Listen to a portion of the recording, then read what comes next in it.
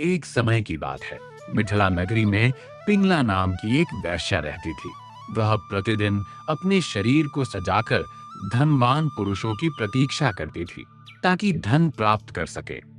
एक रात वह देर तक प्रतीक्षा करती रही, लेकिन कोई भी उसके पास नहीं आया।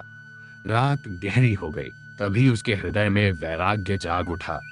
पिंगला सोचने लगी, धिक्कार है मेरे जीवन को। मेरे हृदय में स्वयं परमात्मा विराजमान है, फिर भी मैं धन और विषय सुख के पीछे भाग रही हूँ।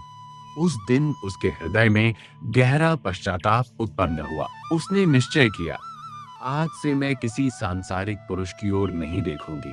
अब मैं केवल भगवान को अपना सर्वस्व मानूंगी। उसी समय भगवान दत्तात्रेय वहां से गुजर रहे थे। उन्होंने पिंगला के हृदय का यह परिवर्तन देखा और बाद में उसे अपने 24 गुरुओं में स्थान दिया। कुछ समय बाद एक दिन भगवान के प्रेमी संतों की एक मंडली पिंगला के बगीचे में आकर ठहरी।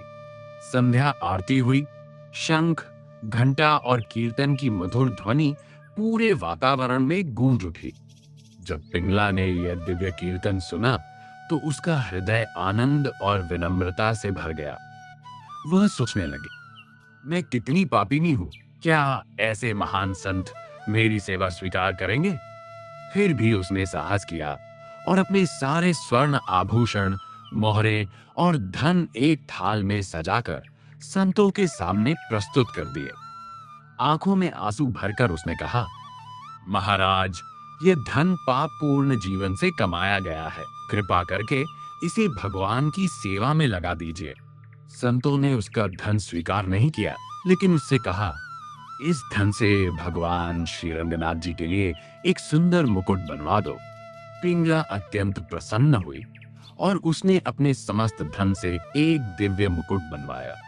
जब वह मुकुट लेकर मंदिर पहुंची, तभी उसे मासिक धर्म प्रारंभ हो गया। वह तुरंत पीछे हट गई। संतों ने पूछा, बेटी वापस क्यों आ गई? पिंगला बोली, मैं अपवित्र हो गई हूँ। मैं भगवान को यह मुकुट कैसे अर्पित कर सकती हूँ? संतों ने कहा, चिंता मत करो, भगवान तुम्हारे बाहरी रूप को नहीं, तुम्हारे हृदय के प्रेम को देखते हैं। संतों की आज्ञा पाकर वह पुनः भगवान के सम्मुख पहुंची।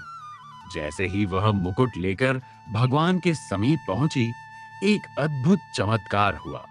भगवान श्री रंगनाथ जी ने स्वयं अपना मस्तक झुका दिया। सभी लोग आश्चर्यचकित रह गए।